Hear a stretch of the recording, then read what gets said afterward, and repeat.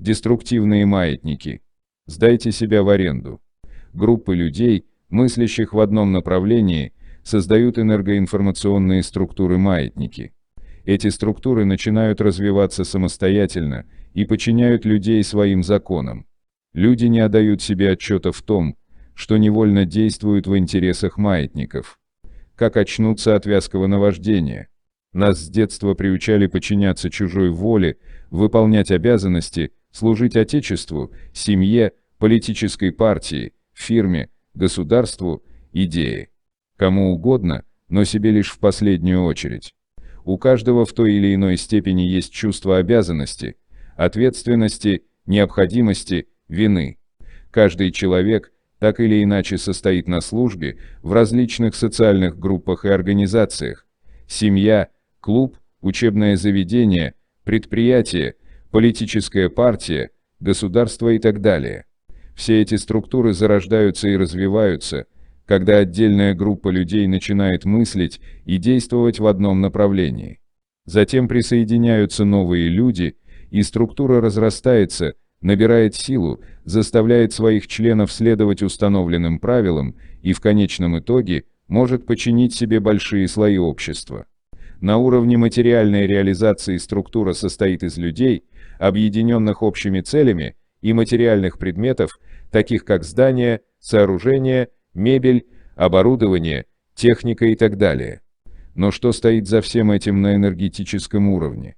Структура возникает, когда мысли группы людей направлены в одну сторону, а следовательно, параметры мысленной энергии идентичны. Мысленная энергия отдельных людей создает интерференционную картину в энергетическом поле. В таком случае посреди океана энергии создается отдельная независимая энергоинформационная структура, энергетический маятник. Эта структура начинает жить своей жизнью и подчиняет людей, задействованных в ее создании, своим законам. Почему маятник? Потому что он раскачивается тем сильнее, чем больше людей-приверженцев питает его своей энергией. У каждого маятника своя характерная частота колебаний. Например, качели можно раскачать, только прилагая усилия с определенной частотой. Эта частота называется резонансной. Если количество приверженцев маятника уменьшается, его колебания угасают. Когда приверженцев совсем не останется, маятник останавливается и как сущность умирает. Вот несколько примеров угасших маятников: древние языческие религии, каменные орудия труда, древние виды оружия, старые течения моды, виниловые пластинки, другими словами, все, что было раньше и что теперь не используется. Вы, наверное, удивлены, неужели все это маятники? Да, любые структуры со своими атрибутами, созданные мысленной энергией людей, являются маятниками. Вообще любые живые существа, способные излучать энергию в одном направлении, рано или поздно создают энергетические маятники. Вот примеры маятников в живой природе. Колонии бактерий, популяции живых существ, стаи рыб, стада животных, лесные массивы, прерии, муравейники, любые, более-менее упорядоченные и однородные структуры живых организмов. Каждый отдельный живой организм сам по себе является элементарным маятником, поскольку представляет собой энергетическую единицу. Когда группа таких единичных маятников начинают колебаться в унисон, создается групповой маятник. Он стоит над своими приверженцами как надстройка, существует как отдельная независимая структура и устанавливает правила для своих приверженцев, чтобы удержать их вместе и получить новых. Такая структура независима в том смысле, что развивается самостоятельно, по своим законам. Приверженцы не осознают, что действуют по законам маятника, а не по собственному произволу. Например, бюрократический аппарат развивается как самостоятельная структура, независимо от воли отдельных чиновников. Конечно, влиятельный чиновник может принимать самостоятельные решения, но эти решения не могут идти вразрез с законами системы, иначе такой приверженец будет отвергнут. Даже человек в единственном числе, представляющий из себя маятник, не всегда отдает себе отчет в своих мотивациях. Например, энергетический вампир. Любой маятник по своей природе является деструктивным, поскольку отнимает энергию у своих приверженцев и устанавливает над ними свою власть. Деструктивность маятника проявляется в том, что ему нет дела до судьбы каждого отдельного приверженца. Цель у маятника только одна – получать энергию приверженца, а пойдет это на пользу самому приверженцу или нет, не имеет значения. Человек, оказавшийся под влиянием системы, вынужден строить свою жизнь в соответствии с законами этой системы, иначе она его разжует и выплюнет. Попасть под влияние деструктивного маятника и сломать свою судьбу очень легко. Вырваться без потерь, как правило, трудно. Если человеку повезло, он находит свое место в системе и чувствует себя там, как рыба в воде. Он, как приверженец, дает энергию маятнику, а маятник обеспечивает ему среду для существования. Как только приверженец начинает нарушать законы структуры, частота его излучения уже не совпадает с резонансной частотой колебаний маятника. Маятник не может получить энергию и выбрасывает или уничтожает строптивого приверженца. Если же человека занесло далеко от благоприятных для него линий, тогда жизнь в структуре чуждого маятника превращается в каторгу или просто унылое существование. Такой маятник становится для приверженца чисто деструктивным. Человек, попавший под влияние деструктивного маятника, теряет свободу. Он вынужден жить по законам маятника и быть винтиком в большом механизме, нравится ему это или нет. Человек может попасть под покровительство маятника и добиться выдающихся результатов. Наполеон, Гитлер, Сталин и им подобные – это все фавориты деструктивных маятников. Но в любом случае деструктивный маятник вовсе не заботится о благополучии своих приверженцев, а только использует их для своих целей. Когда Наполеона спросили, был ли он когда-нибудь по-настоящему счастлив, он насчитал всего несколько дней из своей жизни. Маятник пользуется изощренными методами для завлечения новых приверженцев, которые летят, как мотыльки на свет.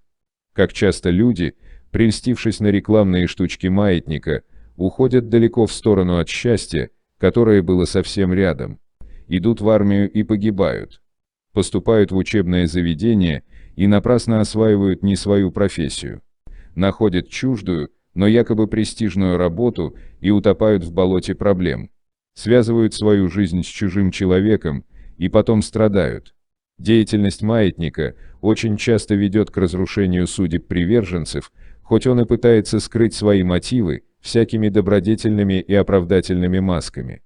Главная опасность для человека, поддавшегося влиянию деструктивного маятника, состоит в том, что маятник уводит свою жертву в сторону от тех линий жизни, где человек обретет свое счастье. Отметим отличительные признаки деструктивного маятника. Маятник питается энергией своих приверженцев и за счет этого увеличивает свои колебания. Маятник стремится привлечь к себе как можно больше приверженцев, чтобы получить как можно больше энергии. Маятник противопоставляет группу своих приверженцев всем остальным группам. Мы вот какие, а они другие, плохие. Маятник агрессивно обвиняет всякого, кто не захотел стать приверженцем и пытается либо привлечь на свою сторону, либо нейтрализовать или устранить. Маятник пользуется благообразными привлекательными масками, прикрывается высокими целями, играет на чувствах людей, чтобы оправдать свои действия и завоевать как можно больше приверженцев. Маятник, по своей сути, является эгрегором, но этим далеко не все сказано. Понятие эгрегор не отражает весь комплекс нюансов взаимодействия человека с энергоинформационными сущностями. Маятники играют неизмеримо большую роль в жизни человека, чем это принято считать. То, как маятник поглощает энергию своих приверженцев, можно наглядно проиллюстрировать на следующем примере. Представьте себе заполненный стадион, идет напряженный футбольный матч, страсти накалены, болельщики бушуют. Вот один игрок допускает непростительную оплошность, которая приводит к поражению команды. На игрока набрасывается буря негодования болельщиков, они готовы его растерзать. Представляете, какая масса негативной энергии обрушивается на голову несчастного? От такого чудовищного удара он должен бы просто умереть на месте. Но этого не происходит, он жив-здоров, хотя и подавлен чувством своей вины. Куда же делась негативная энергия, направленная на игрока? Ее забрал маятник. Если бы это было не так, тогда бы объект ненависти толпы погибал, а кумир просто взлетал в воздух. Я не берусь судить, является ли маятник одушевленной энергетической сущностью, или же это просто энергетическая форма. Да это и не имеет для техники трансерфинга никакого значения. Главное распознать маятник и не принимать его игру без пользы для себя. Узнать деструктивный маятник очень просто по одному отличительному признаку. Деструктивный маятник всегда соперничает с себе подобными в борьбе за людей. Цель маятника только одна — захватить как можно больше приверженцев, чтобы получить как можно больше энергии. Чем агрессивнее действует маятник в борьбе за приверженцев, тем более он деструктивен, то есть представляет опасность для судьбы отдельного человека. Можно возразить, что существуют ведь благотворительные организации, общества защиты природы, животных и другие. Что в них деструктивного? Для вас лично то, что они, как ни крути, питаются вашей энергией, и у них нет никакого дела до вашего личного счастья и благополучия. Они призывают быть милосердными для других, оставаясь равнодушными к вам. Если вас это устраивает, и вы действительно чувствуете себя счастливым, занимаясь такой работой, значит это ваше призвание, и вы нашли ваш маятник. Но здесь надо быть честным с собой. Не носите ли вы маску благодетеля? Действительно ли искренне вы отдаете свою энергию и деньги на благо другим, или вы играете в благотворительность, чтобы казаться лучше? Деструктивные маятники отучили людей выбирать свою судьбу. Ведь если человек будет свободен в своем выборе, он обретет независимость. Тогда маятникам не привлечь такого человека в свои приверженцы. Человеческое сознание настолько привыкло к тому, что судьба — это удел, что человеку действительно очень трудно поверить в возможность просто выбрать такую судьбу, которая больше нравится. Маятникам выгодно держать приверженцев под контролем, поэтому они изобретают всевозможные способы манипулировать своими слугами. Из дальнейшего изложения вам станет ясно, как они это делают. Трансерфинг тоже может стать маятником, если сделать из него культ, движение или школу. Разные маятники, конечно, деструктивны в разной степени. Трансерфинг даже в худшем случае будет являться наименее деструктивным, поскольку служит не какой-то общей сторонней цели, а исключительно на благо каждого отдельного индивида. Поэтому это был бы очень необычный маятник, этакое сообщество индивидуалистов, занятых исключительно своей судьбой. Кстати, вот вам домашнее задание, какие маятники можно назвать конструктивными. Но вообще, зачем я вам об этом рассказываю?